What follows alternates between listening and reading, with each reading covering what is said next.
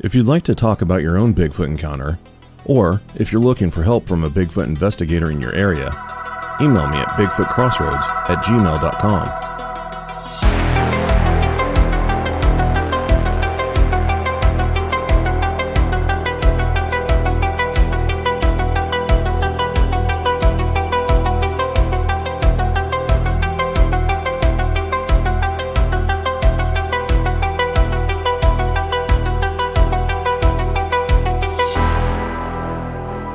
Legacy is something I believe all of us would like to leave behind, especially if we start a journey that we can't finish on our own, which is usually the case when it comes to Bigfoot. Not often do you hear of the Bigfoot torch being passed down from one generation to the next, but that's exactly what happened with my next guest.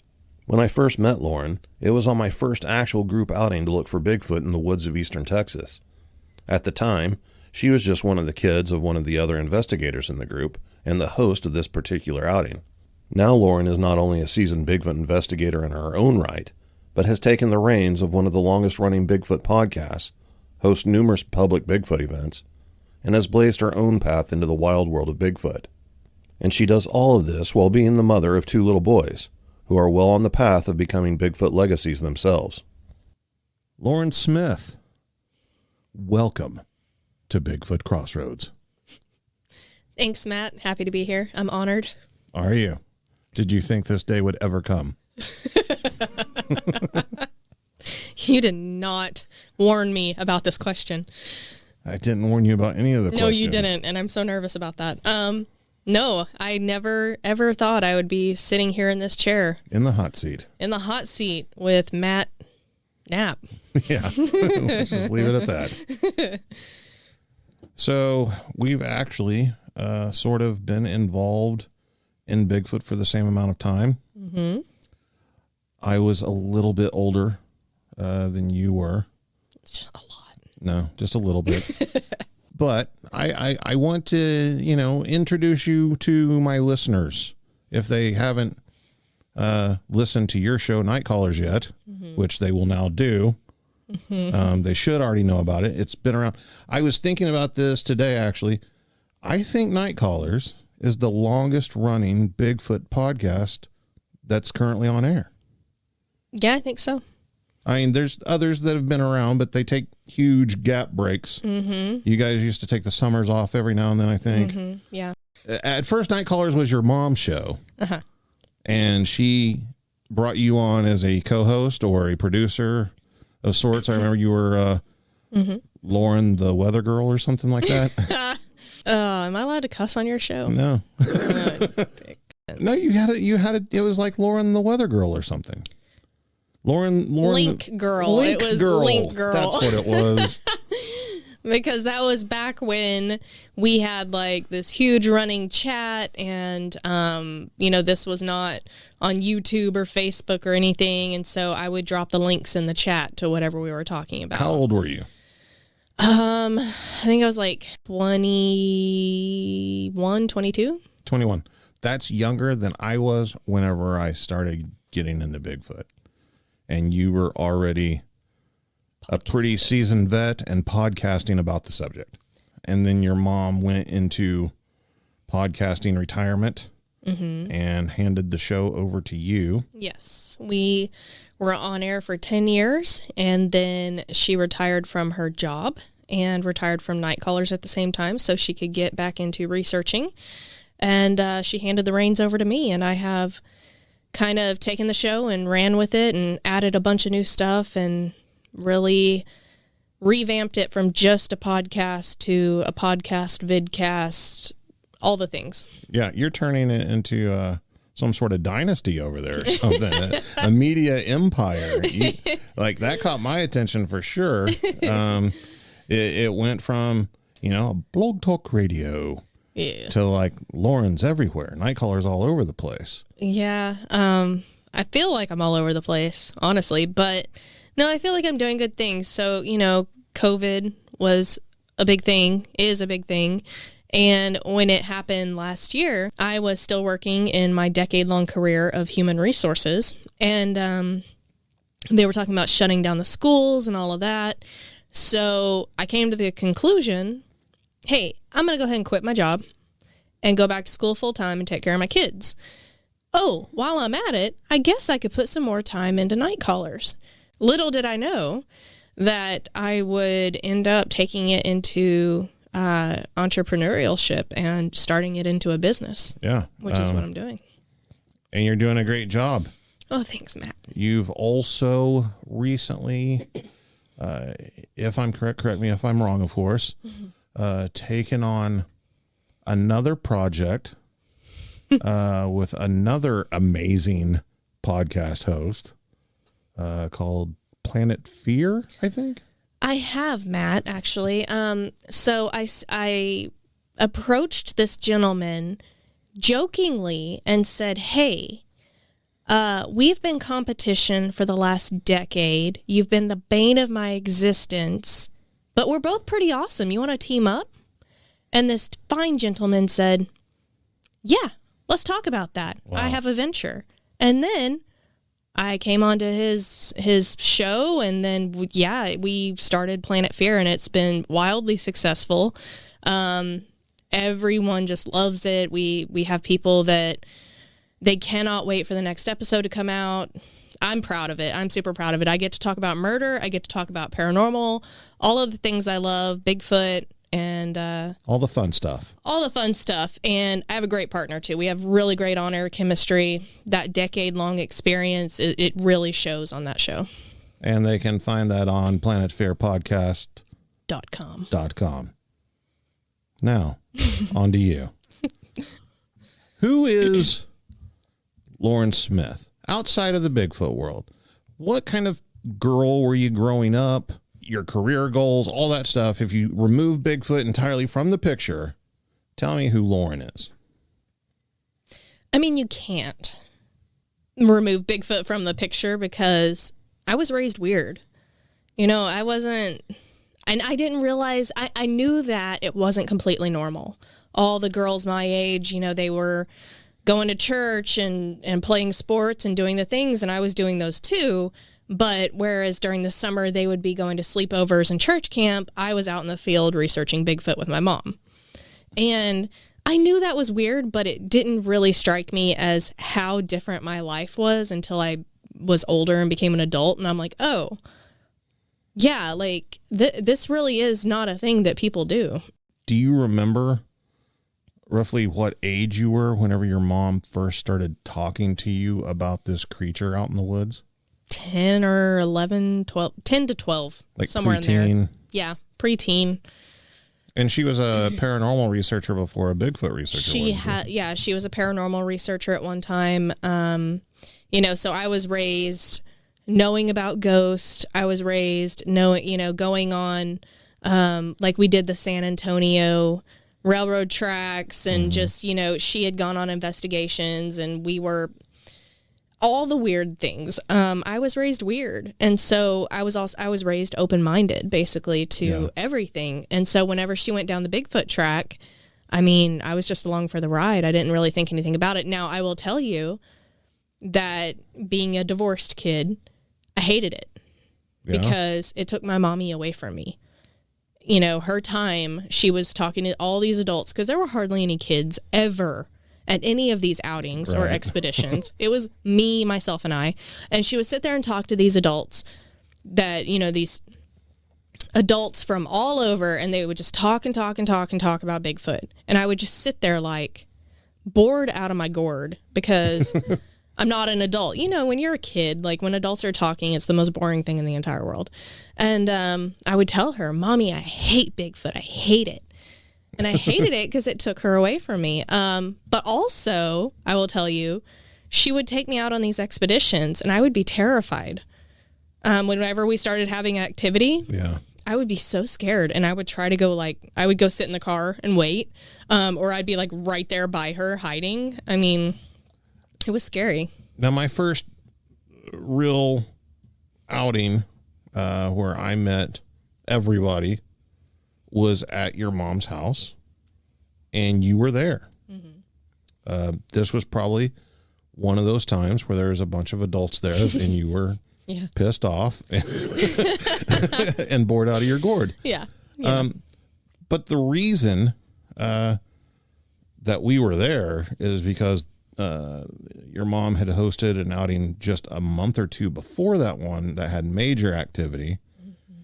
And that particular house was known to have activity around it. The neighbors had sightings, like people saw Bigfoot right there in their own yards. In their neighborhood, yeah. Did your mom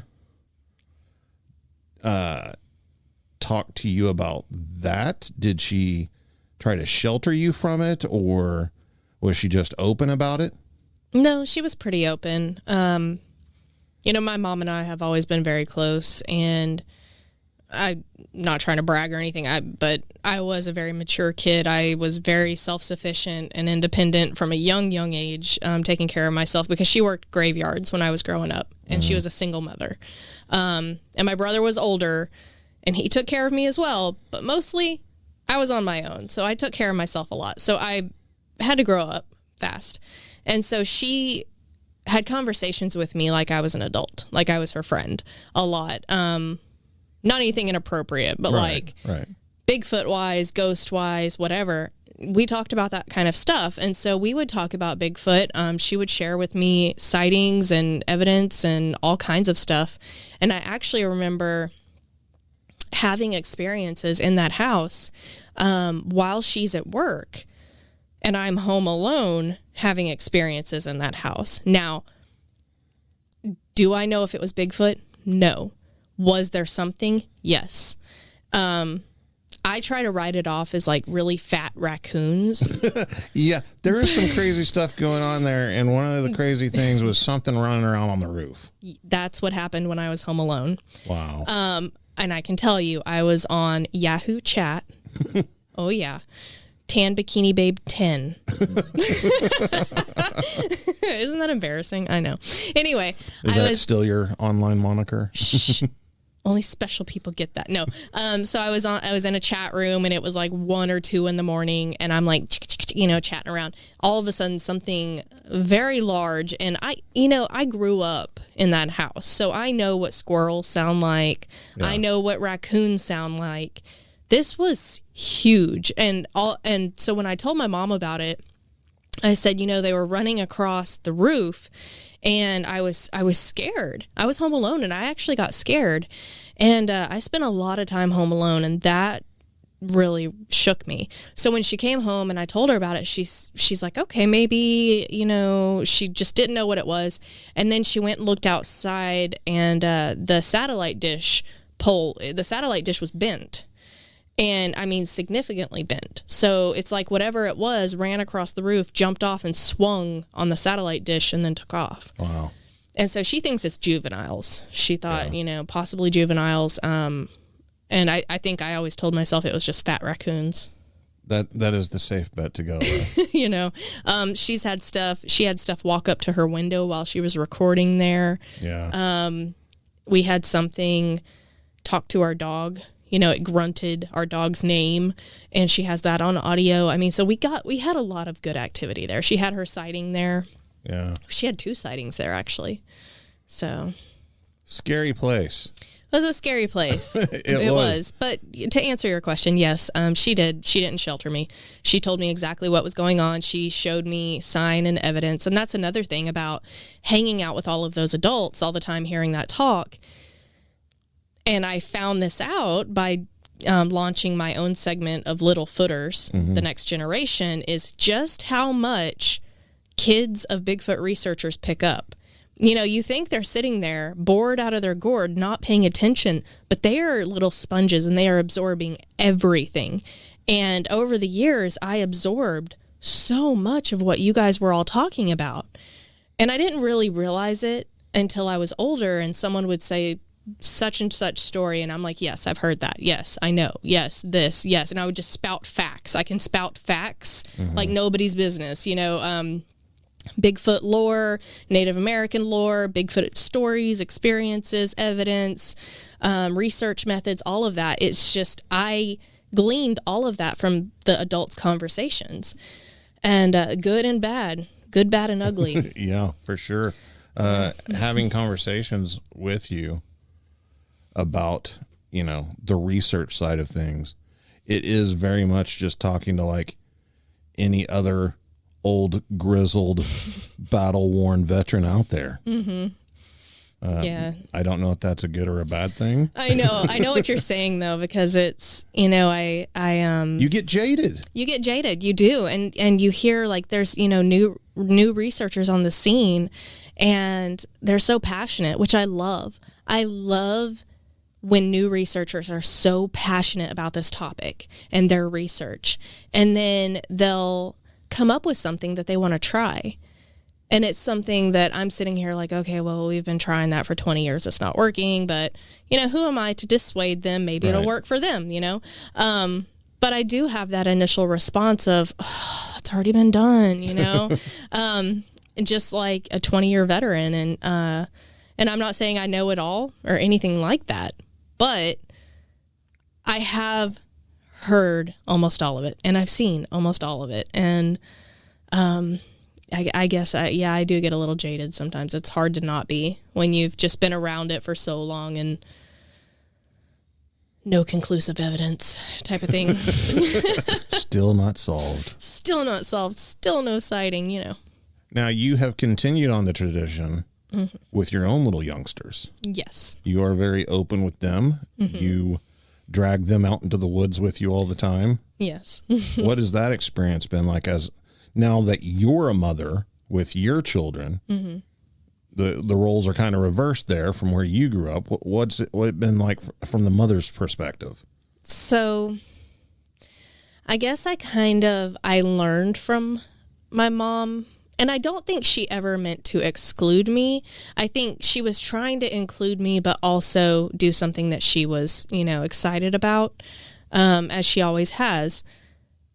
So when I take my boys out, though, I try to make sure that they're included if I can, safely. I want them to be safe. Now, there have been times when I've taken Adam out with me and we've, been in an area and had activity and stuff like that. He was nervous, but, I asked him, I said, in his interview that I did with him, I said, what's it like having a Bigfoot researcher for a mommy? And he said, it's scary. And I said, okay, but have I ever let anything bad happen to you? And he's like, no, you always protect me. And I said, okay, and I will continue to do that. So when I take them out, my goal is education. I want them to know how to track. I want them to know what to listen for, what to look for, campfire safety or camping safety, but fire safety, especially for my kids, or little pyros. But here's the difference between when I was little and when they were little going out.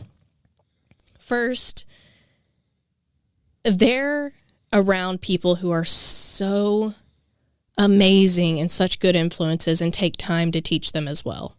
Mm-hmm. I try to teach them, but there are people that will just pull them aside and teach them about how to chop wood correctly, how to saw wood correctly, how to look for this, how to look for that, how to, wildlife facts. I am surrounded by people who are really amazing with children and want to educate the next generation as well. And I think that's so wonderful. Whereas I was just kind of tagging along with my mom. The people that I hang out with and go research with, they see my kids as the next generation. Let's teach them right. So the other thing that's great about their Bigfoot childhood versus mine is that there are so many other people bringing their children out. So another question that I asked Adam in his Little Footers interview was, what's your favorite part of Bigfooting? And he said, my friends, because he has made little friends at these campouts that are lifelong friends of his now. And, I have friends all over the world from Bigfooting. I consider these people my family because they get me. These are people that I've been through thick and thin with. Mm-hmm. And he has that through these little kids at these campouts, and they all bond over having really weird parents, probably, but also just being out in nature, camping, stuff like that. They're all being brought up together, and that's something I didn't really have when I was little. There were not a lot of there weren't a lot of people who brought their kids, or the people at the expeditions and outings and stuff. they were of an age that their kids were grown. Right. You know, they didn't really have young kids. I mean, I was 23 and I was the baby of the group. Yeah. Everybody else, you know, was 10 to 20 years older than me. And then there was you and like a couple of other kids around your age that were there by proxy pretty much, you know? Yeah. But otherwise, a lot of times kids weren't allowed at the outings, Yeah. you know, for safety reasons and Right. things like that. Yeah. And that's one of the things.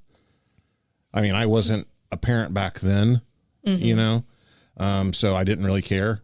Yeah. But now it's good to see you and others teaching these skills and including the kids as opposed to isolating the kids from it. Right. Yeah, we teach them safely. I mean, you know, we don't take them out on the more dangerous night hikes or anything like that. If I bring my children, you know, actually researching in the field, it's usually, you know, whenever you stick near the car and do calls or, you know, whatever, but it's always where I can safely get them out of harm's way, you know. But yeah, I don't take them out when it's unsafe. Like if I'm going to go do something risky, I don't take my children with me. Because I can't really, first of all, I don't want them to be unsafe. But second, I can't really focus either on researching because I'm so distracted by, you know, making sure they're okay, making sure they're safe, making sure they're where I can get them out of there safely. I know Adam was with us when we went to the Dead End at Boykin Springs, and I kept him in the truck. He was asleep, and I kept him in the truck, and I stayed in the truck with him. I wouldn't even get out and stand by the truck because you know how creepy that place is. Yeah, it's kind of scary. It's a little scary. You know, there's like Dogman and the last and time I was devil there, I worship swore and that stuff. I would never go back. So yeah, that place. So, yeah, he stayed in the truck and he was sleeping, and I would not get out of the truck because I didn't want to leave him alone, even next to the truck at that place. So, I mean, I'm pretty protective over my kids, but they have learned so much. You know, in Adam's little interview, I didn't tell him what questions I was going to ask. I just kind of started asking questions, and I talked about, you know, I don't remember what I even asked him, and he started talking about tracking Bigfoot and all of this, and I'm just staring at him like, holy cow, like you really have picked up a lot that I never knew he had gleaned from all my conversations with my compadres, you know? what I think is cool about him is he's kind of like, well, I mean, you know, Oh, yeah. it could be out there, but I'm not convinced yet. Yeah, he's a little skeptic, and I love it. And I told him, you know, I don't want you to believe in Bigfoot because I tell you to. I want you to believe it because it's been proven to you. And he is. He tells me, he's like, Bigfoot's a myth. It's not real. And I said, well, why do you say that? And he's like, because there's no proof out there yet. You know, and that's not his dad telling him that either. You know, he thinks there's something out there, but he doesn't know it. Right. And he's skeptical, but not vocally. So Adam came to this conclusion on his own. And so there is a picture. This is like my favorite story. I'm so proud of my kid. There is a picture of, it's like half a Bigfoot face, and it has this big round eye, and it's like right in the lens of the camera. So it looks like it was walking by and it looked into the camera and it took a picture, right? And it is all over the internet. Everyone thinks it's Bigfoot. So just for grins and giggles, I showed that picture to Adam, and I said, here, look at this. And he goes, you can't fool me, Mama. He's like, that's an owl. You can't fool me. And sure enough, I go Google an owl picture. That is a damn owl face. This That's child amazing. nailed it. And he knows his wildlife even better than I do. He can tell you different types of fish, snakes, whatever. Like he's on it. That's his passion. He wants to be Coyote Peterson when he grows up. That's his favorite YouTuber too. But Is he gonna start stinging himself? No, he's smarter than that. But so he goes and looks, or I go look at that owl thing, and I'm just like, holy crap. Like, and this had been shared with me by other researchers, and they were like, I don't know. And I shared the side-by-side of the owl picture and that, and I said, well, my 8-year-old just showed me this. I said, and he nailed it. And they were just like, holy cow, that kid's smart. And I'm like, he's a skeptic, and I hope he always stays that way. Yeah. Definitely starting out on the right foot to become a serious Bigfooter. Oh, yeah. I try to tell him, be objective. Not everything is Bigfoot. And I honestly can't wait to see what kind of researcher he becomes, because I know he's going to be a good one. So your mom was dragging you around out in the woods. She's going to kill me when she hears this episode. And here you are dragging your kids out into the woods looking for Bigfoot. But they love it because we go camping and we have fun. They're s'mores, okay? But tell me about the rest of your family. How do they view the Bigfoot antics of your mother and you? Yeah, so growing up, my family called her crazy. They made fun of her a lot. They would mockingly say, "Is your mom still looking for Bigfoot?" Yeah. Or later it became, "You still doing that Bigfoot show thing?" So that was a long time. Whenever I revamped the show and took it to YouTube and just, really started sharing it and putting on my all into it and having, bigger names on and all that, they started taking notice. And now, I'm just going to say it, my dad, he's actually now saying, I believe there could be Bigfoot and, and you got a great show and all this. And it just kind of, I think he finally saw how important it was to me and how, over the years, because Bigfoot used to be so taboo. Yeah. And because of finding Bigfoot and like shows, now it's easier to talk about and it's a little bit more accepted. And so now even my dad is kind of like on the, it could be a thing, he's at least supportive of me supporting it. Well, that's good. Yeah. But even at work, I worked in human resources and I would be terrified for anybody to find out that I had a Bigfoot podcast. By the time I quit my job, I was known as the Bigfoot girl. If somebody had a story or they watched Finding Bigfoot or something, they always came to tell me about it or ask me about it or show me some picture, tag me in something. They were so excited. Whenever we get a new employee, they'd go around the table and each person would tell what they did or whatever. And everyone would be like, "Lauren, tell them what you do. Tell them what you do."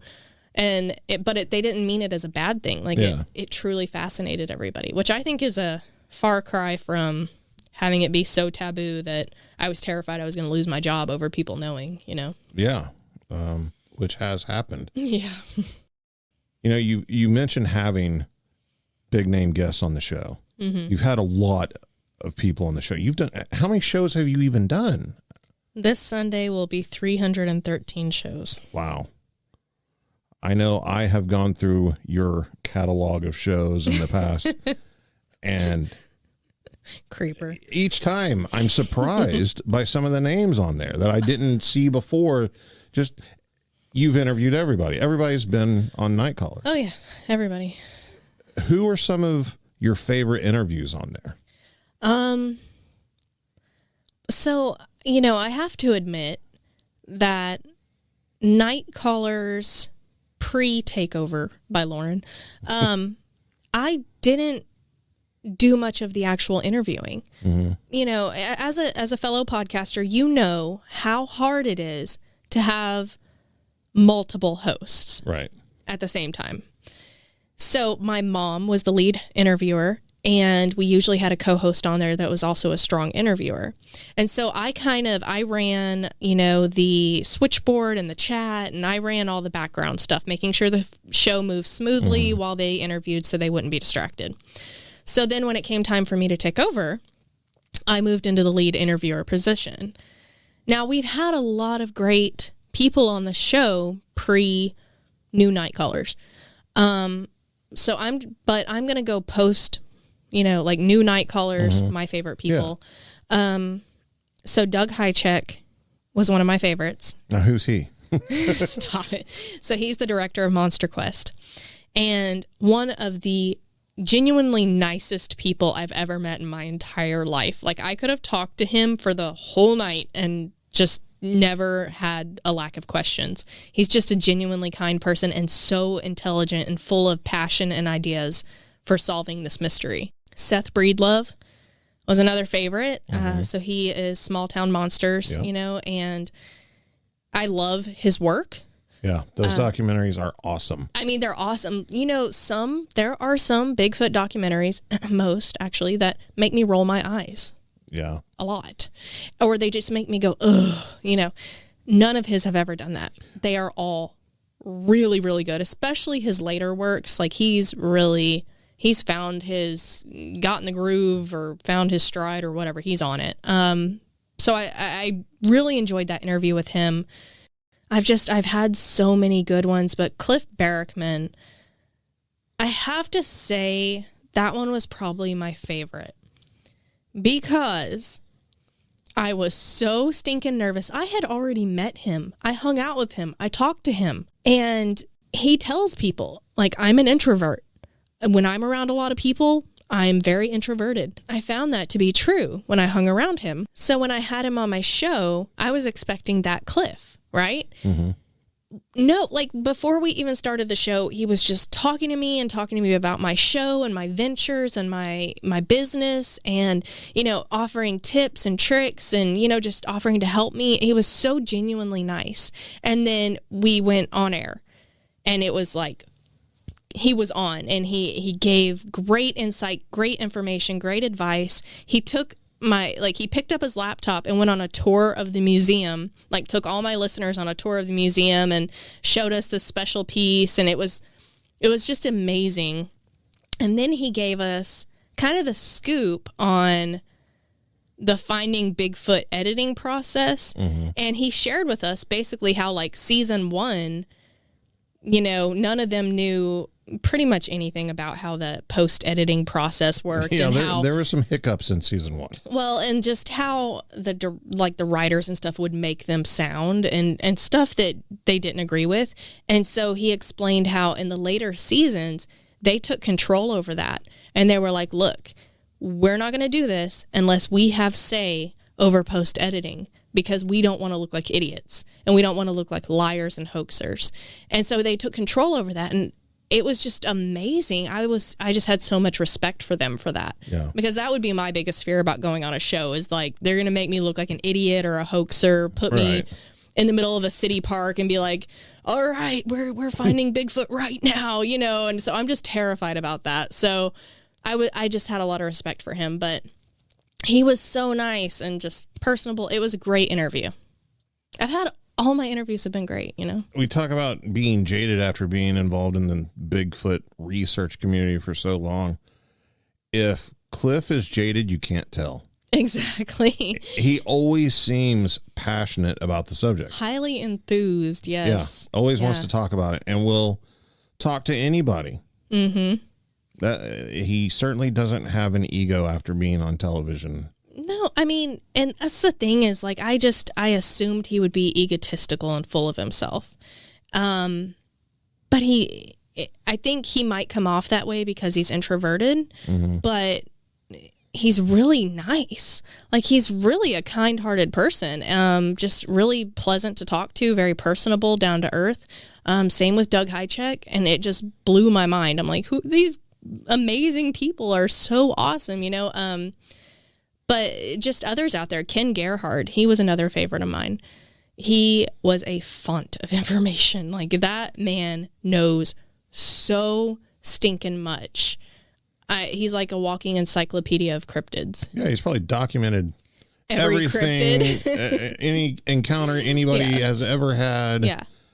He puts out a new book at least once a year, if not twice a year. You just kind of, I don't know. I guess I kind of had it in my head how I thought he was. Like, okay, he's on all these TV specials. He's more of a personality or so. Right. I thought, no, he's a down-to-earth scientist.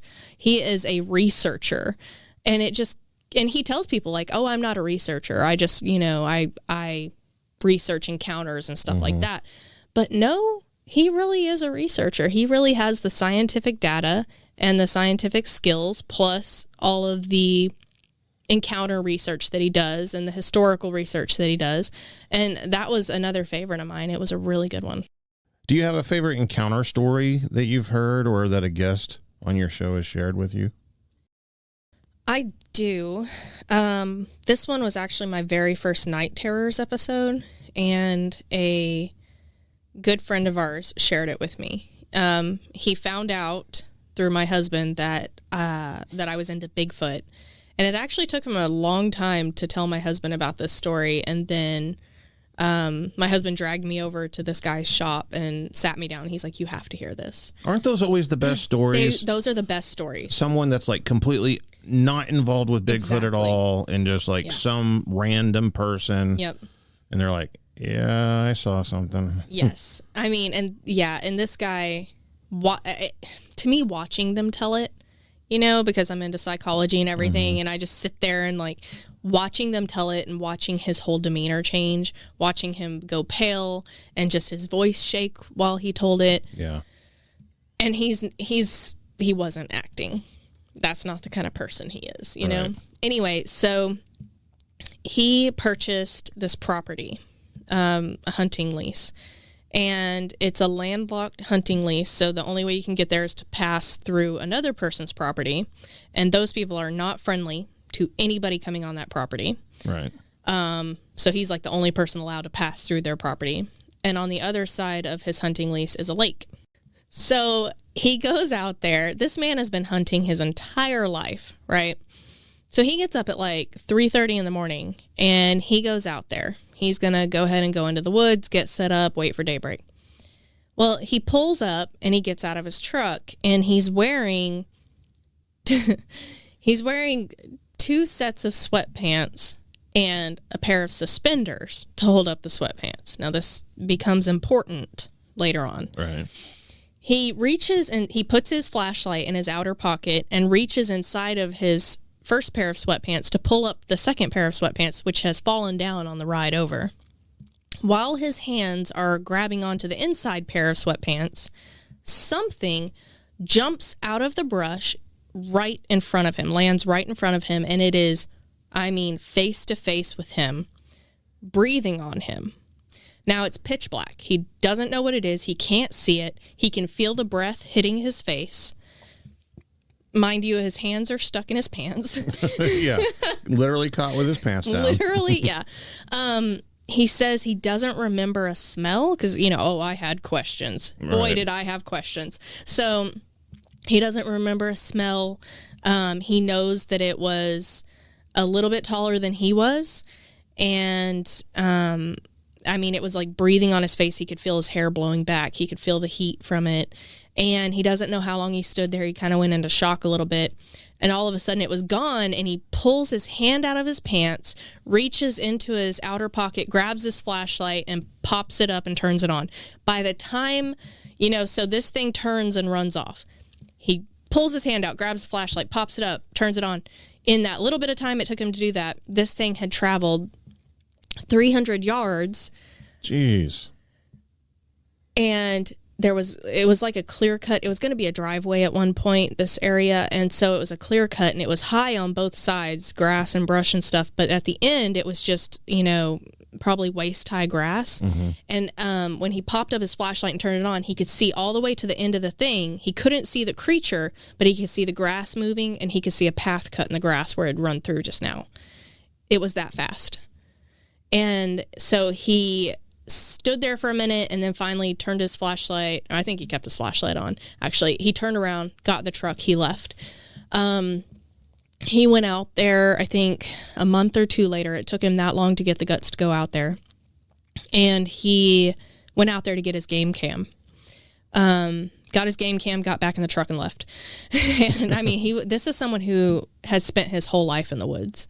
That was his sanctuary. And he was terrified to go hunting. He got his game cam back, he looked through the pictures, and he found something. Really? Now, where he put his game cam was not in the same area. It was a little bit farther in, obviously. And he set it up next to his feeder, or where it could view the feeder.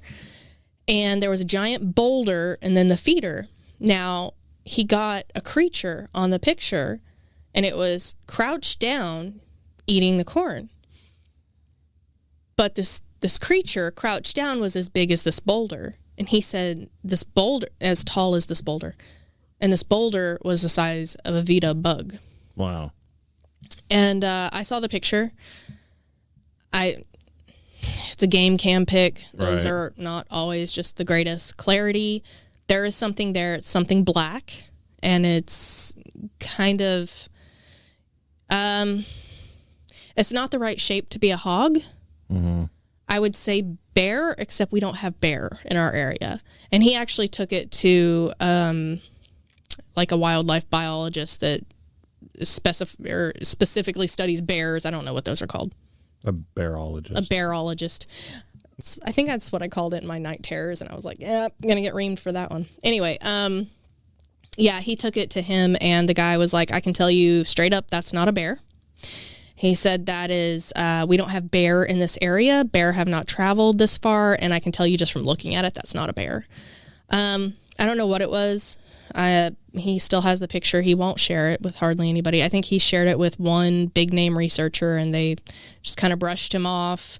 It was like at an event, and they just kind of wouldn't give him the time of day. So anyway, it took him over a year to get back in the woods, and to this day, he will not go out after dark. Wow. That's my favorite one. Don't know what it was, but it was a close encounter. Something breathing in your face. Mm-hmm.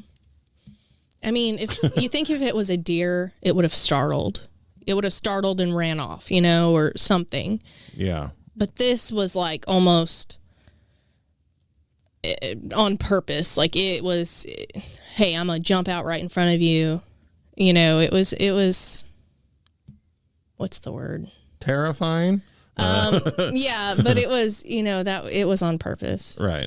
I don't know if it was defending its territory, if it was distracting him, I don't know. But I feel like if it was, because it was as tall as him or taller, but not like much taller, not, towering over him, but tall enough he could feel the breath on his forehead and, or on his face. And, well, I mean, bottom line, animals don't act like that. They don't. And, I just don't, if there had to be something tall enough, and a deer, maybe, but it would have startled and ran away. I don't know what it was, but I just know that it truly messed him up. It's kind of like one of those things that you and I have talked about before on possibly a different podcast about you weigh out the possibilities. Mm-hmm. There's always a possible explanation for just about everything. Mm-hmm. But sometimes it's just better to go with your gut. At the end of the day. And here you have a lifelong hunter. He's going out there to hunt. Mm-hmm. This happened. He immediately leaves. He's shook. It keeps him out of the woods, terrified. He's got this game picture that he's running around showing people. Like, obviously, mm-hmm. he knows what he saw. Yeah. He knows what he experienced, and nobody can take that away from him. And it sounds like, in this case, it's one of the unfortunate times that they can't take it away from him. Yeah, he, like I said, it took him a year to get back into the woods, which was his happy place. Mm-hmm. And the reason that he actually got back in was a good friend of his, called him out and said, you keep coming up with these excuses not to go hunting. He's like, what's going on? What's up with you? So finally, he shared what happened.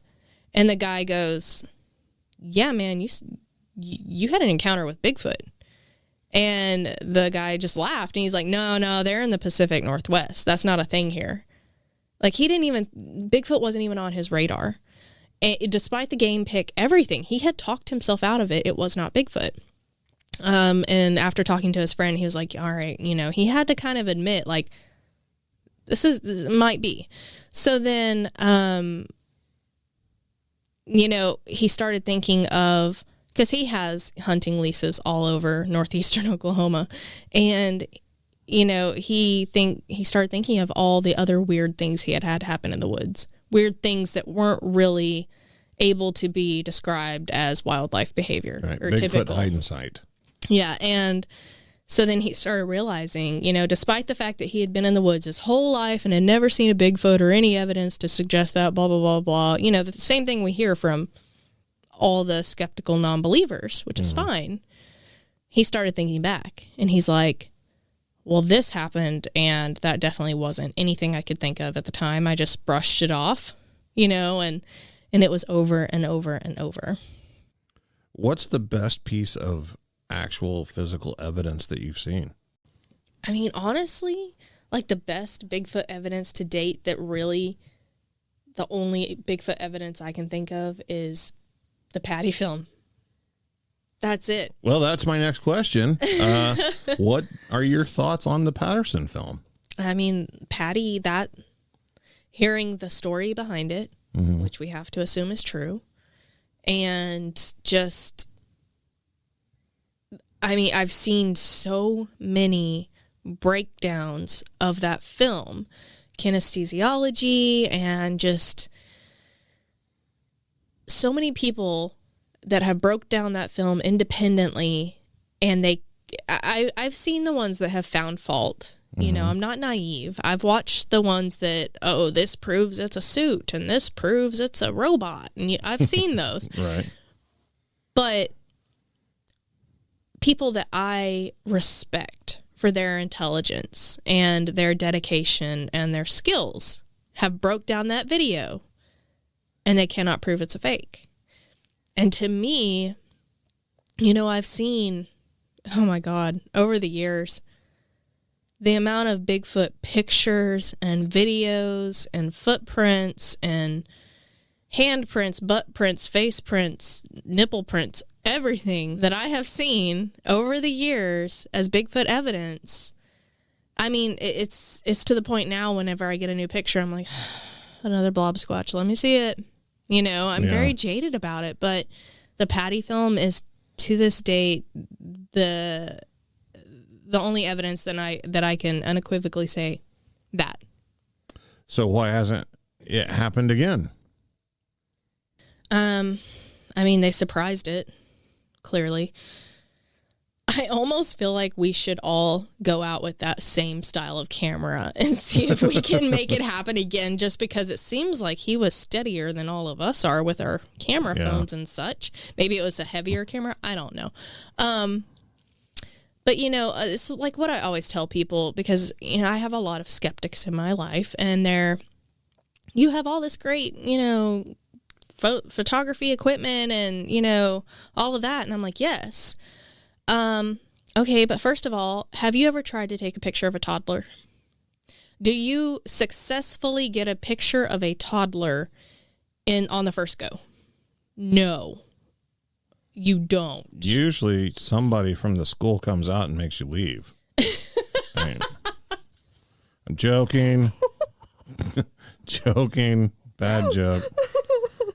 Oh my God, I'm never bringing my child over here. No, I'm just kidding. No, so I mean, you can't. Okay, so let's take a picture of a kid. It's hard. Okay, they're little blurs of action. Yeah. Something about them is blurred. Okay, that's up close and in person. Now let's picture you're in the middle of the woods. This huge being walks out that, you know, and you may not just be holding your phone ready to take a picture. You got to dig into your pocket or get to the camera setting or whatever to take this picture. And I know I feel like it sounds like I'm making excuses for Bigfoot researchers, but no, it is hard as hell to get a good, clear picture of a subject that is usually far away and on the move, and you don't have your camera ready at that point, because who walks around the woods with their, you know, camera ready? Yeah. Not to mention that they can take one stride and cover, you know, 5 feet and be gone. Oh, it won't be a Bigfooter. It will have to be some tourist out hiking somewhere, making an Instagram video post. Yeah, and they just happen to photobomb in the background. Yeah. I mean, that's how I feel like, you know, there have been, you know, I've seen a lot of videos of people just filming the lake or something, and one walks by, you know, stuff like that. Mm-hmm. But I know the Patty film, they surprised it. Like I've heard different versions of it. I've heard that they surprised it and it was trying to get out of view, or that it was injured or sick, and that's why it was walking, you know, wasn't able to just go. All kinds of theories. The one that I truly believe is that, or the one that resonates most with me, is that it had young nearby and it was a distraction. Because I cannot tell you how many times I've been out in the field and had activity run as a distraction so that something else could take place over there while drawing our interest over here. And I know that Bigfoot are known to do that. I've experienced it. So I truly believe that she was a distraction. You grew up in the field with your mom. She's from Oklahoma, but moved to Texas. And you've done a lot of your research in Texas. You've done a lot of research in Oklahoma. But you have made Fouke, Arkansas one of your main locations for research. There's tons of famous Bigfoot areas that you've already been to that are closer. Why Fouke? What's the attraction for you to Fouke, Arkansas? Well, I mean, I have been to amazing places. The Kiamichi Mountains are beautiful, full of activity. I've been to Deep East Texas, beautiful, full of activity. But Fouke, Arkansas, it's beautiful. And it's just, it's like, I don't even know how to explain it. I've had activity there, a lot of activity. So, you know, where I camp in Smith Park, you know, I have ventured across the lake and gone into this cypress swamp, or cypress grove, I guess. And I ventured across there, and that's when I really fell in love with Fouke. Actually, I think that was my first trip. And it's just, there's just so much potential there. Despite the fact that there have been so many sightings there, by people close to me, by complete strangers, you know, there's a movie about it. Don't know if you know that. But it's just, there's so much potential, and I have found evidence there, which is really exciting for me because you don't always find evidence. Right. You find stuff that could be Bigfoot, you know, but this is something like I felt sure this is evidence. You know, so that, but there's this one spot, and I love to go visit it while I'm there. And literally, you look across this boggy clearing. Creek? Oh. No. No. They always follow the creeks. And there is a creek near it. But you look across this boggy clearing, and you just know, without a doubt, the Fouke monster's going to walk across that. That reddish-brown, swamp ape-looking son of a gun is going to patty walk across that field at any moment. I mean, it's just, there's just so much potential there. And I've heard things and seen evidence. A friend of mine had a sighting there while I was there, except I was at the other end of the clearing because that's my luck. But it's just, I just love it there. I love researching there. And besides that, it's just a beautiful, beautiful place. Now, Fouke is, of course, famous for the legend of Boggy Creek, which you have become very close friends with Mr. Keith Crabtree. Yes. So who is that? So Keith Crabtree is basically my adopted grandfather. And I met him year before last, and 2019, and we camped together. And he was just telling his, you know, tall tales and stories, and all of his stories are true, but he was telling his stories. I say tall tales because the man's like a storyteller. No, he's really tall. Oh. But he, you know, and I just sat there and I talked to him, and like we just were talking. And whenever we were leaving, you know, I gave him a hug, and I was just like, you know, I said, I've just imprinted on you like a baby duck. Like, I just love that man. And after that, you know, we got really close, and he called me up last year, and he was like, hey, he's like, I want to put on a get together, a camp out. And I was like, oh, okay, cool. That sounds great. Yeah. And he's like, I want you to head it up. And I was just like, yeah, okay, I'll help you out. Sure. And he's like, no. I want you to headline it. You do it. He's like, so I'll front all this and this and this, and I want you to put this together and run with it. The ball's in your court, baby girl. Go. Now, I had never done an event or anything like that. I didn't know. Like, I hung up with him, and I was like, what in the, you know. Yeah. Anyway, so that was the first annual Fouke Monster Campout. It was a success. It was great. Everybody came. Everybody camped. We told stories, around the campfire. And it was just, Fouke is like a magical place for me anyway, because it's just so wonderful and beautiful, and it feels like home to me. So, I just really enjoyed it. Well, then around, and so he and I, kept talking, all of that. Come Halloween, he wanted to have a Halloween camp out. Okay, cool. So we did that. It was another wild success. Like, everybody loved it. All the locals come out. People travel from all over to come to this event. We had a piñata, all the kids dressed up. We had trick-or-treating around the campground. It was really fun. So after that, he called me, and he tells everyone I'm his adopted daughter. That I'm his one of his adopted daughters. It's me and Tanya. And, we're all kind of family now. And he told me he wanted me to be his manager, to manage his franchise. He said, obviously I'm very passionate about it. I'm passionate about Bigfoot and everything. And that, the event planning and everything like that. I have my show, the merchandise, everything. And so I said, yeah, because I didn't want to see him get taken advantage of. Right. He was being asked to go to certain events. He was being asked to, be a personality at these events. And I was worried. I didn't want him to be taken advantage of. And I had been worried about that for a while before he asked me. So when he asked me, I said, yeah, like, absolutely. This way I can kind of manage, where he goes with his personality. And then recently, well, I guess last year, we had done a few events together, and we had been vending together and stuff. And he asked me to manage his franchise.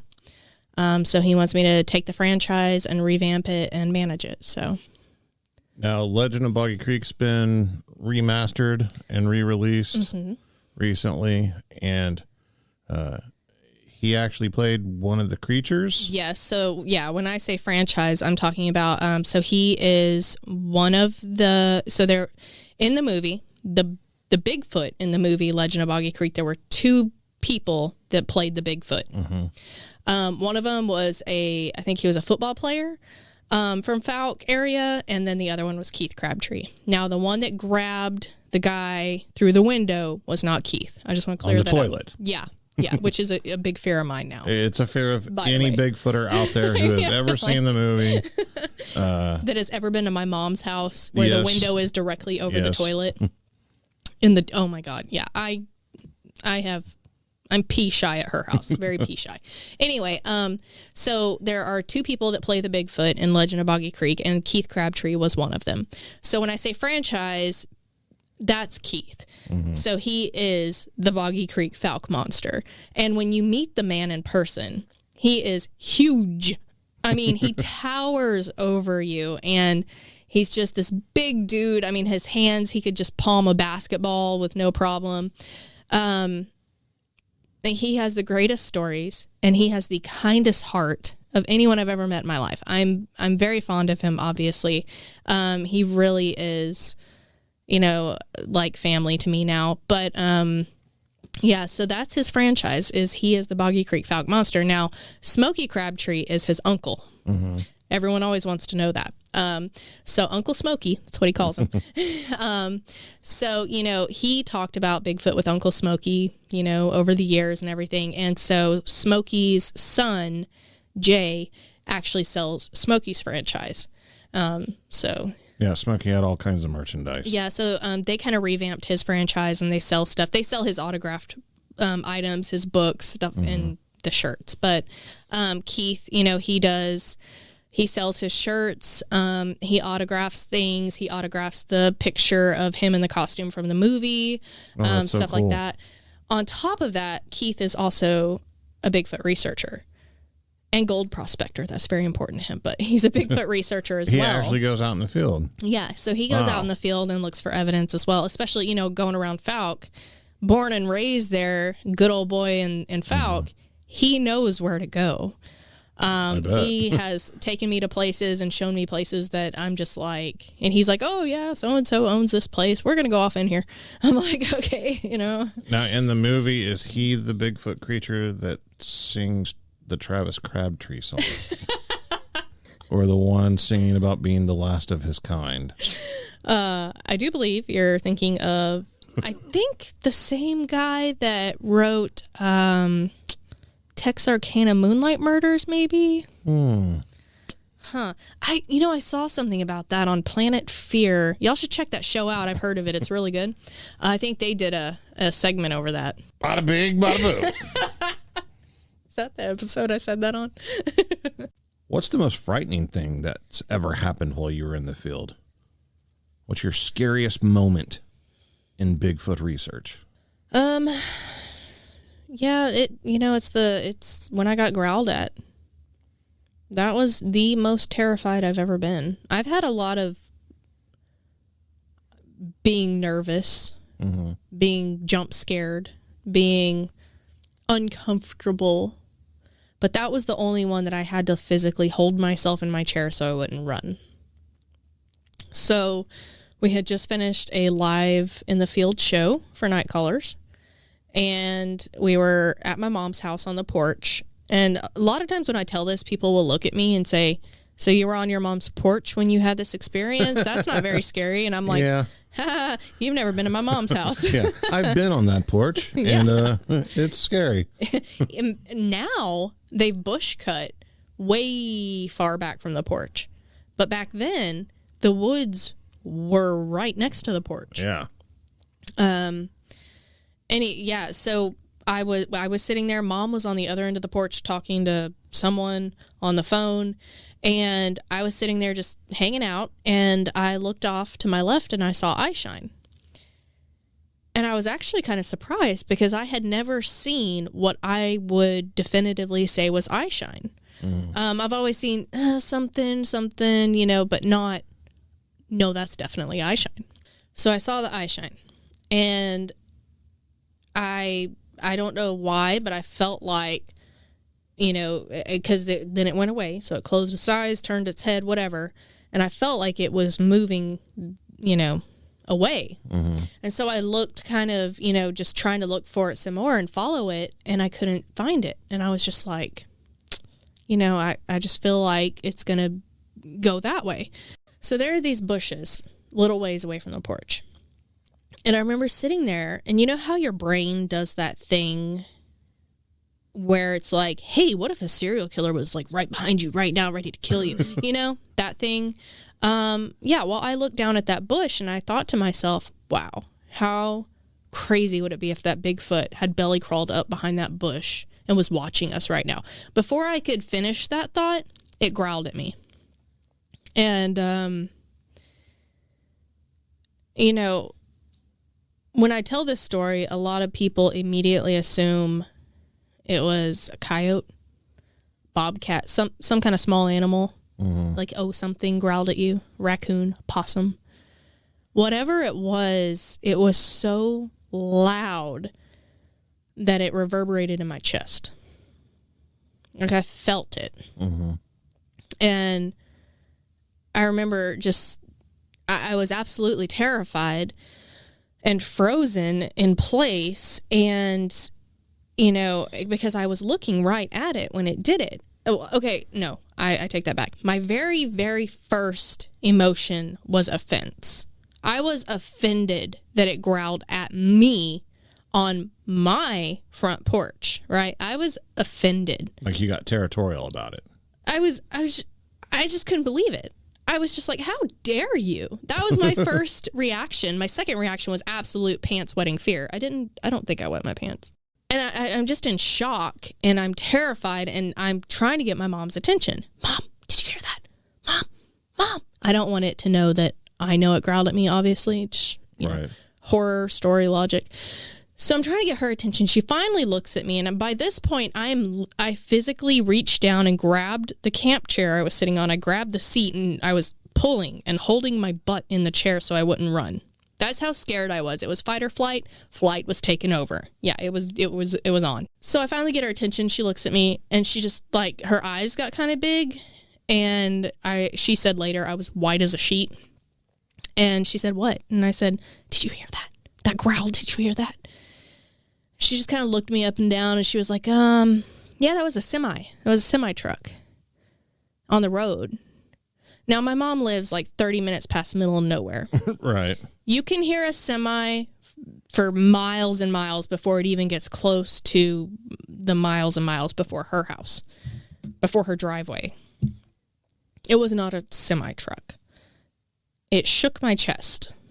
I mean, maybe if I was sitting on top of a semi. Mm. So at that point, I'm just kind of like, she is clearly unbothered by it. You know, I'm just thinking maybe I'm overreacting, but I was still so terrified. So finally I got up and I inched into the house. And by inch, I mean like I put my back against the wall and I scooched to the door. I would not give my back to this thing. I go inside and I shut the door, and I'm feeling a little bit of guilt about leaving. And, you know, that's the reason I didn't run in the first place. I didn't want my mom to be eaten, you know, Right. left alone to be eaten. But at that point, she didn't believe me, so maybe she deserved to be eaten. I don't know. No, I'm just kidding. And it's your mom. It's my mom. Who was like The bravest person I've ever met in my entire life. Like, she will walk into the forest with no lights and not give a single care, which I am now that person. Oh, she scared the stupid out of me. So anyway, I go inside and my husband was asleep on the couch. And so I kind of shook him awake and I'm like, hey, it growled at me. And he's like, what? And I'm like, Bigfoot. And he just kind of looked at me like, oh, okay, y'all are up to your little, okay, you think everything's Bigfoot, you know, because he was so skeptical back then, especially. But he said I was white as a sheet. And anyway, so I calmed down, whatever. It took me a little bit. Finally got it out of my mom, and she's like, yeah, I heard it. And yes, it was not, she said if it was a cat, it was like a lion sitting behind the bushes roaring, you know, she said, but she said she heard it, but she didn't want to tell me that because I was white as a sheet and looked like I was about to pass out. I was so scared. She didn't want to make it worse, which I guess is kind of her, but I mean, it kind of made me feel crazy at the same time, so. But earlier that night, I will say this, I was already kind of keyed up. Earlier that night, during that Live in the Field show, we had gone to this old hunting cabin next to her property. Now, this cabin, I call the serial killer cabin. It's got like clear glass, sliding glass doors on all four sides. And it's a one-room cabin with a loft above it. And when you go into that loft, it's like a time capsule from the 70s. There are magazines, newspapers, all from the 70s. And there's like a bed. And it's creepy. It's like a serial killer lives there. Yeah, this is this hunting cabin. Now, Mom and I had gone to this cabin in the dark for this Live in the Field show. We went inside the cabin. We sat with the doors cracked in pitch black dark. You know, because that was Live in the Field. We didn't have Facebook Live back then. It was us on our phones on this podcast. Right. Just the whole... Your face right now. Okay, so I've heard about this cabin before. Yeah. Stabbing cabin. And just the fact that... Why on earth? Yeah. Hey, I got a good idea. Let's go to that creepy-ass cabin and do a show about Bigfoot. While we're sitting there, and it's pitch black, and basically we're in a fish bowl. I mean, anything on any side can see us. I got this overwhelming need to get the hell out of there. Like, you know, I'm sitting, and I sat with it for probably a good 15, 20 minutes. I didn't say a word. I didn't want to be that girl. Right. The chicken. I didn't want to be the one to chicken out. Finally, my mom looked at me and she was like, what are you feeling right now? This is like abject terror, mother. What am I always feeling? I'm like Shaggy and Scooby in the Scooby Gang. Okay, I'm that one that wanted to get out of there. So anyway, I'm sitting there and I told her, I said, I really don't feel good here. I said, I feel like we don't need to be here. I am terrified. I said, I just feel like we need to not be here right now. She said, I feel the same way. She said, let's go ahead and go. So I'll tell you something about my mother and about researching with my mother. When she says the words, okay, let's go, I have been trained throughout my life to feel both immense relief and immense terror. Because if Lori Dyer Hood says, okay, let's go, shit just got real. Yeah. So we get out of there. And you know, leaving a scary place is the scariest part because you know it's right there. I mean, you're still in the middle of the woods in the middle of nowhere. Exactly. And we had walked there. Oh, geez. Yeah. So we leave, finally get back to the house, and we end the live video, or not video, I'm sorry, the live in the field call. We end the show, and we're sitting on the porch, and I see the eye shine, and then I get growled at. So this is after all of this at the serial killer cabin, right? I mean, I was already keyed up, but then that happened. And it was just like, to me, it was like, okay, now I have closure that there was something to be scared of and at it that followed place. you home and growled at you. Come to find out later. So this is fun. Like 50 years ago, when the other person owned this property, they had a dogman sighting. That cabin. Nice. A dogman-like creature at that cabin in East Texas. And there's a creek that runs right behind my mom's place, past that cabin, and, you know, out to the road. Or out, I think it follows back to the river, but there's a creek back there. Guess what? It follows the creeks. And follows you home. Apparently. So I have always felt eerie at that cabin. Broad daylight, whatever. I have always felt freaked out at that cabin. And then to find out that there was like this evil dogman sighting back there or whatever it was, you know, it could have been a Bigfoot, honestly. But to find out that that happened, it just freaked me out. So I actually went back to that cabin with some other Bigfoot researchers that them and my brother, my older brother. And we had gone to one end of the property and sat there. We had like a urine smell, but we didn't really have any activity. And then we decided, I said, hey, I'll take y'all to that cabin. So we go to the cabin, right? We pull up to the cabin and we're in, you know, this person's Jeep. And we get there and it's pitch black outside. I scoot to the middle of the bench seat in the back. Like, I already wasn't feeling it, right? I'm sitting in the middle, like next to my brother. There's clearly room on the other side of me. Nope, I'm sitting in the middle. And I said, you guys get out, go explore. They wouldn't even get out of the Jeep. And these two people are really actually very brave people, very brave researchers. I've seen them walk just pitch black out in the dark, walk through some stuff. They would not get out of that Jeep at all. Like, they were not having it. Glass cabin in the middle of the woods. I mean, You know, what's interesting though about that night in same area, one of them played a rabbit call on his phone, and you know he had a sunroof open on the Jeep, and or the little top part off, and because I had asked him, have you ever tried a rabbit call in the woods, you know, for Bigfooting? And he was like, yeah, I have, but I'll play it. And he did. And I said, you know, because if a big cat comes, it's going to get you guys first, obviously, you know.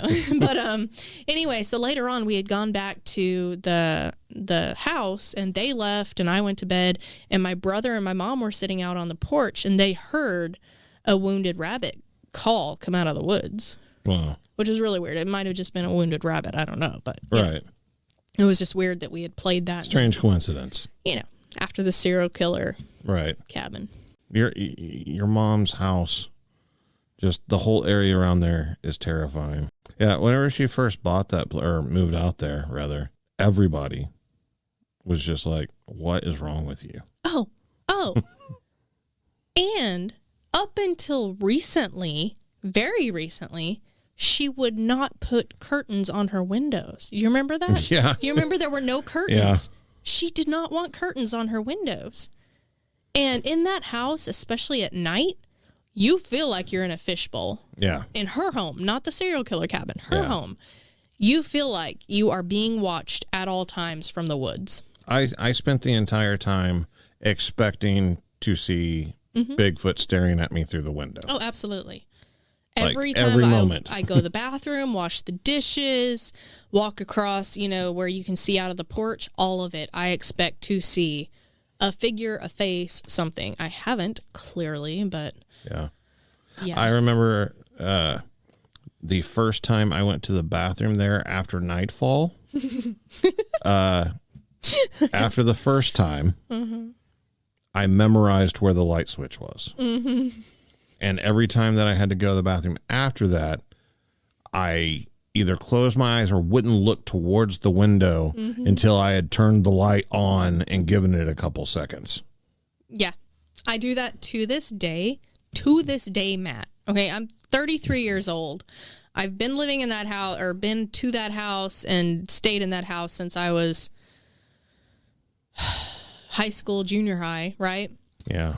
To this day, at night, I go in there and I drop my eyes to the floor and I sit down and do my business and I get up and I leave without looking out that window because I know it's going to be there. And it's watching. also the right height. It's the exact right height for a face to be looking at you. And then, you know, on an extra paranoid night, I just know it's going to reach in and grab me at my most vulnerable. Yeah, because you're going to be facing away from it. Yeah.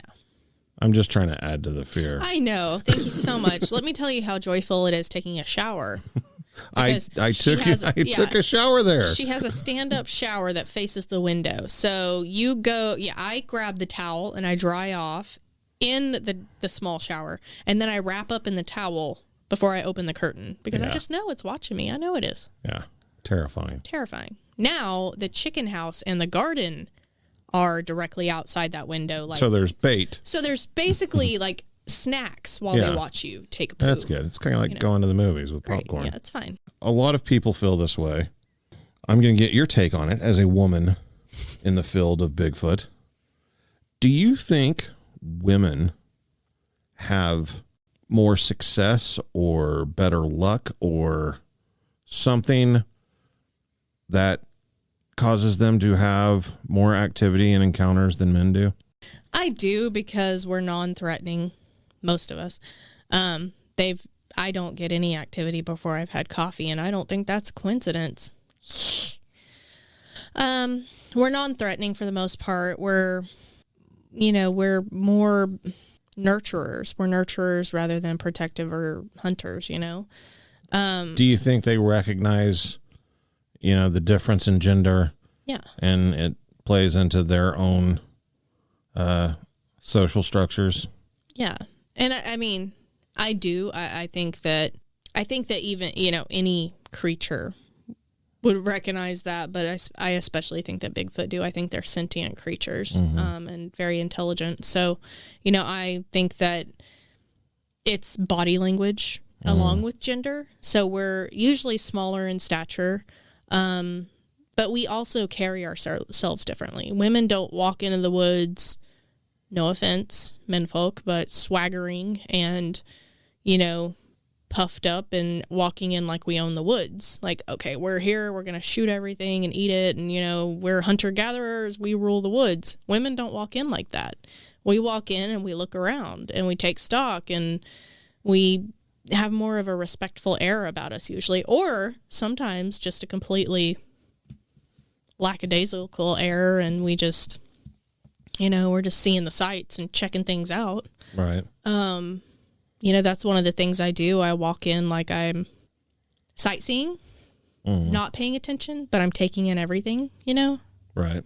It's just something I do, but I have I carry when I go into the woods. I do carry, because hogs and big cats are my biggest fears. Yeah. Also, humans. So I carry, but my demeanor is non-threatening, I don't act like I'm going to shoot the nearest thing that pops out at me. I don't carry that body language. I carry like, I'm here to do no harm. I'm just here to look around unless something attacks me, in which I will defend myself. But, I don't walk in there like I'm trying to take one of them out. Why don't you think this has been solved by now? I mean, what are the mistakes people are making, in your opinion? Everything? No. I can't be judgy because, there's so many out there that are trying their best with so many different methods, from the more scientific research to the opposite end of the spectrum. Everybody's trying their best, and they're trying new things and trying to learn, trying to educate themselves. And, I can't be mad at them for it. I believe, like I said, they're sentient, they're intelligent. Obviously, they're intelligent enough to stay away from us. So I'd say they're pretty damn smart. I am one of those people, and I have been given a lot of grief for this, but I'm one of those people that truly believes that the government knows that they're real. And if one is to find a body, it will not be in their possession for very long. I am one of those people, or else I just feel like there's no way we wouldn't have found something by now. So do you think it's happened? Yeah. And it's just been swept under Big Brother's rug? I do. I've heard a lot of encounters, whether they be true or not. You know, it's just like Bigfoot sightings, right? Okay, so you have a Bigfoot sighting here in this part of Oklahoma, and you have another one here in this part of Oklahoma, and then you have a one in South Oklahoma, and then you have one in Texas. It's not each individual Bigfoot sighting that makes you believe it. It's the sum of all the Bigfoot sightings across this country that makes you think there's got to be something. You know, this isn't mass hallucination. It's not Santa Claus popping up all over the country. This is something that's happening everywhere. People are having these sightings. Bigfoot, you know, there's something to this. It's the same thing with, you know, I heard this experience about this, you know, park ranger that had hit one, and, you know, these people showed up and all of a sudden they took it away, blah, blah, blah. Okay, I heard that story once, but then I heard another one similar to it in another area. And then I heard one where a hunter shot one and he went back and it was gone. And then I heard, you know, after calling the cops. It's just, I've heard so many different stories, and they're all different, but they all have a common theme of that information didn't make it to the mainstream. Do you think, I have never asked this question before. I'm honored. But it's something, nervous. it's something that's kind of been, you know, as a Bigfooter, you sit around the campfire long enough, you hear all sorts of things. Yes, you do. And people come with all kinds of ideas. Yeah. Do you think, with that being said about the cover-up, that there are disinformation agents, plants in the Bigfoot community that are acting like Bigfoot researchers, but are just keeping an eye on things and keeping things hush-hush and making sure that nothing does leak out? You know, I don't think that sounds too fantastical. You know, I think that that's entirely possible. You know, I actually had somebody ask me that recently in a different way. They asked me if you were the agent. No. We were talking about hoaxing, and I was, you know, telling them my feelings on hoaxing and how it takes us back as a community, and it just kind of disrespects all the time and effort and money that real researchers put into this topic. They said, do you think these hoaxers are actually disinformation agents? That they're there to discredit that, or do you think they're doing this to discredit the topic? And, you know, I said, unfortunately, I think it's more for popularity and material gain. I said, but, you know, that's entirely possible. You know, up until recently, the media was the best disinformation agent that there is. I actually did a presentation over that, on how the media, any sighting or anything, the media would spin it into this comical farce. And it was very frustrating to me that they would find the worst representative of, you know, to explain that sighting or Bigfoot researcher, you know, and so alleged Bigfoot researcher, let's say that. And they would make it into a joke every time. And then after finding Bigfoot and after, you know, after Bigfoot became a little bit less taboo, all of a sudden the media is not making fun of it as much. Right. And, you know, I have this kind of, it's not like a well-worked theory or anything, but it's kind of like a feeling that they're doing to us with Bigfoot what they did to us with UFOs. Where it's like, oh, there's this sighting. Oh, there's this sighting. Oh, hey, UFOs are real. Yep, they're real. No big deal. Cool. 2020, COVID. Yay. And then they just go about their business like it's not a big deal. But I feel like by having the media not make fun of as much. And there are more and more and more reports coming out through the media. It's just kind of like they're grooming us to be like, just be ready to accept, hey, Bigfoot's real, by the way. I mean, maybe they'll tie it into the UFO thing and be like, oh, they're aliens. They are real. What do you know? Do you think there's anything to the possibility of Bigfoot being paranormal in nature? I believe that they are flesh and blood creatures. Now, maybe that's just because I don't want to believe that they have any other paranormal characteristics, because then that opens up a whole new box of stuff we have no idea crap about that we haven't figured out yet when we haven't solved this mystery, you know? I just don't want to solve this mystery with another mystery. But, right. I mean, I don't know. We don't know. I have had, and again, it's not this report, this report, this report. It's all these similar reports of weird things. That's what makes, you know, a mystery into what we're doing now. Right. Researching this mythical creature, right? I have had a lot of reports of weird things.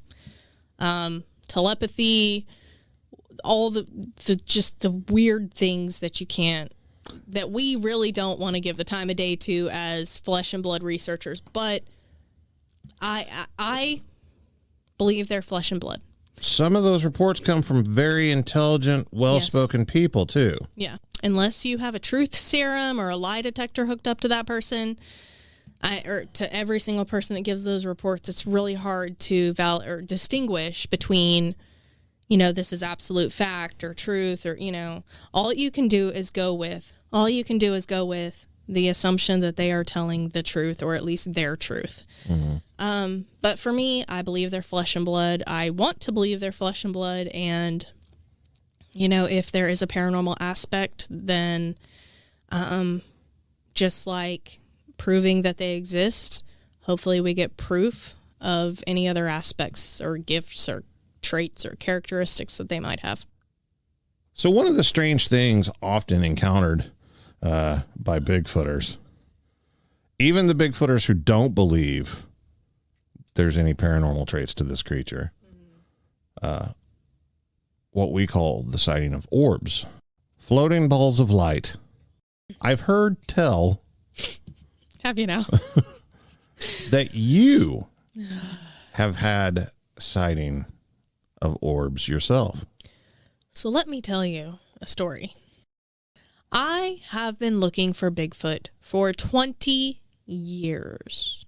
Okay, so about the same time that I was really into like NSYNC and blue eyeshadow and glitter hairspray, I was also looking for Bigfoot. I wanted to see Bigfoot every time I went in the woods. Every time I was in nature, I was looking for Bigfoot. Okay, cool. 20 years later, still nada. No, there has not been a Bigfoot sighting for Lauren. No, there has not. But does she still look?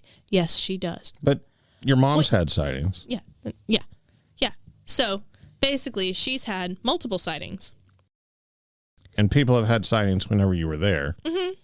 But not me.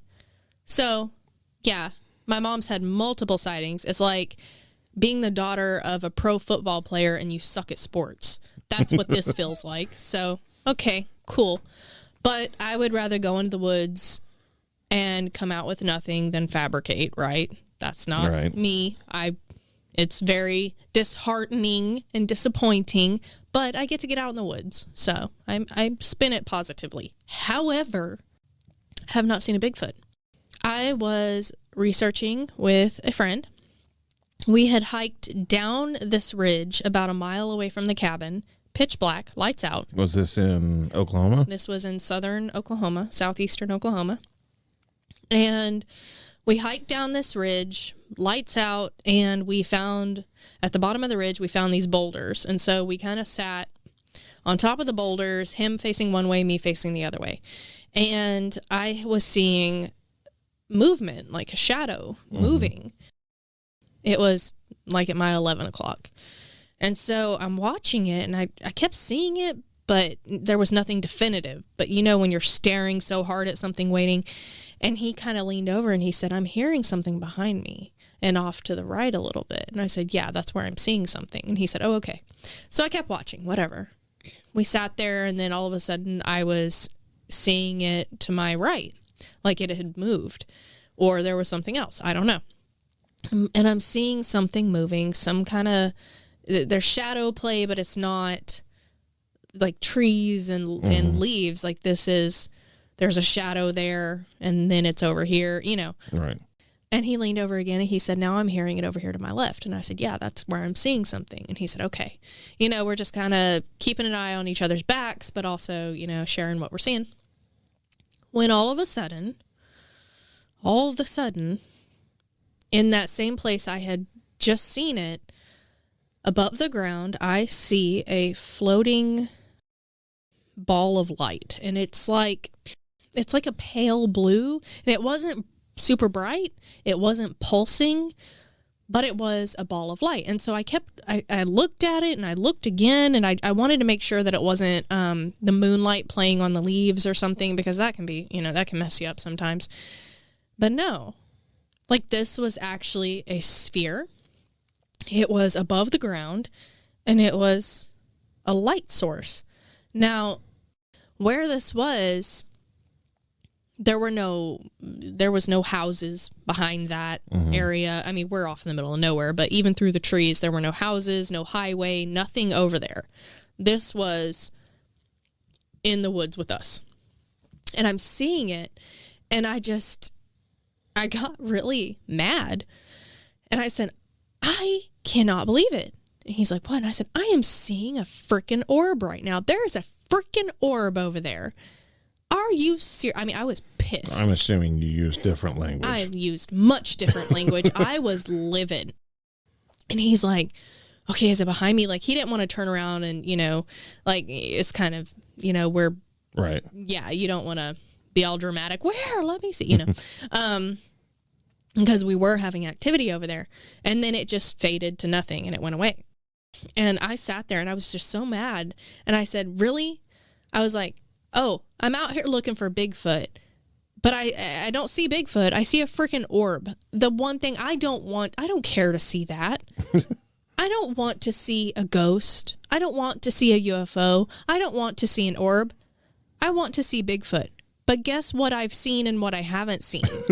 Everything but the Bigfoot. Everything but Bigfoot. So apparently I need to go in the woods and be like, I don't want to see you. I don't know. I think you're the only person in the world who is disappointed that they saw an orb.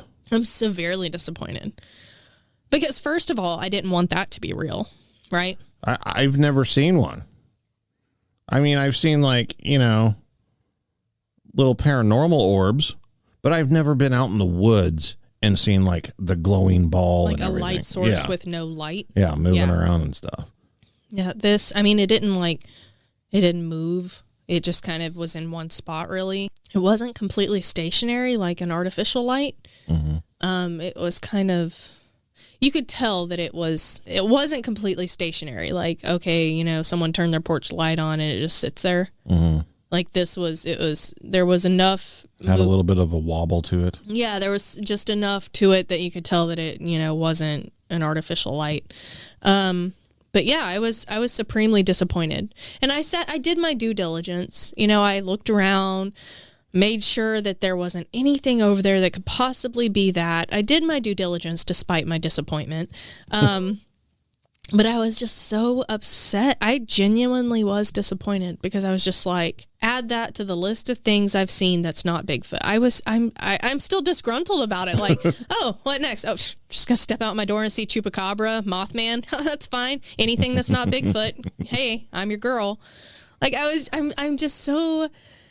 I have been doing this for so long, and I'm sure there are a lot of people that feel this way too. Oh, definitely. Actually, I have a friend. He's like, I haven't seen one, and it's been 2 years since my mom, she's like, I haven't had a sighting in, 2 years. And I'm like, oh, you poor thing. I mean, there's literally people that did this their entire lives, 50, 60 years and never had a sighting. Yeah. I don't know if I would have stuck with it I keep trying, and like I said, I've spun it into a positive. At least I get to get out in the woods, and I get to, learn new things all the time and see beautiful places and meet new people and all of that. I'm always learning new research techniques and all of that. But I keep going because it's the chase, right? And I actually had somebody explain that to me. They were like, yeah, it sounds like it's just the chase for you. Like, you've seen all these crazy things, and you could be a paranormal researcher easily, and see apparitions and go hunt them down. They said you could do this or this or this, but you continue to stick with Bigfoot. And I'm like, yeah, I'm like a dog chasing a car, man. I don't know what I'm going to do with it when I catch it, but I'm going to keep chasing it. Lauren Smith, Night Callers. Thanks for coming on. I've enjoyed it. Thanks, Matt. Thanks for having me on. I really am honored to be here. And thank you for being gentle Go with on, me. pitch your stuff. Where can they find you? You're everywhere. I already know. Night Callers. #1 platform to view it on. YouTube, Facebook. Where's it at? So YouTube, of course. You can actually go to nightcallersproductions.com. Oh, really? Yeah, it's this great website. It is an awesome website. Yeah, if you do say so yourself. If I do say so myself. So you can go to my website, nightcallersproductions.com, and from there you can see all the projects that I'm working on, everything I have my hand in, and you can also support me from there by, buying merch or just becoming a member. So I launched a new part of Night Callers that is exclusive to members only, and so you get extra night terror segments, you get exclusive content, extra interviews that non-members do not get. So definitely go check it out. Again, that's on my website. All the information's there. Also, I have a new program launched that is an affiliates program. So basically what that is you supporting me, supporting you, supporting me, supporting you.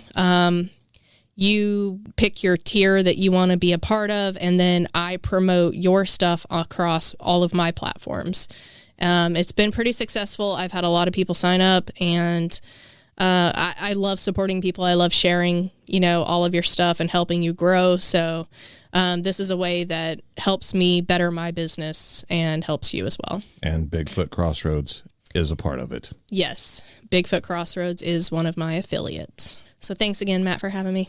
It's been great. Thank you for coming on. Lauren Smith, Night Callers Bigfoot Radio. Be sure to check out my other podcast, Planet Fear, where myself and Lauren Smith talk about all the fearful and frightening things out there, from encounters with the paranormal to stories of true crime. Go to planetfearpodcast.com for new episodes and links to all the places you can find us.